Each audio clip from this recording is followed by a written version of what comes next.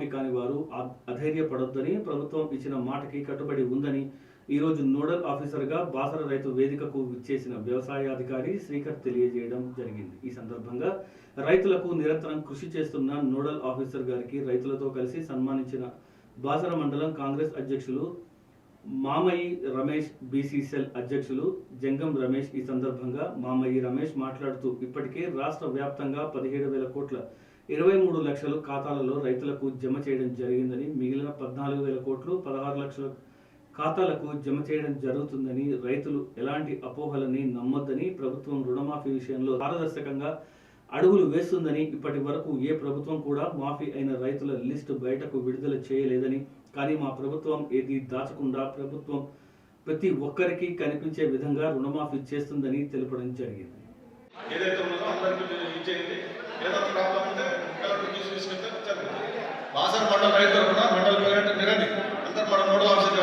చిన్న సత్కారం చేసి ఏ ప్రాబ్లమ్ ఆ ప్రాబ్లం డాక్యుమెంట్ తెచ్చిస్తే 100% అందరికీ అయిపోతుంది. రేషన్ కార్డు లేని కూడా అవుతుంది.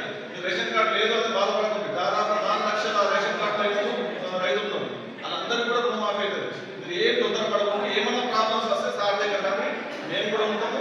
కానీ అనవసరంగా మేము తొందరపడి మా కార్యాలయం అని చెప్పి పాత లెక్కలు కోరుకుంటుంది.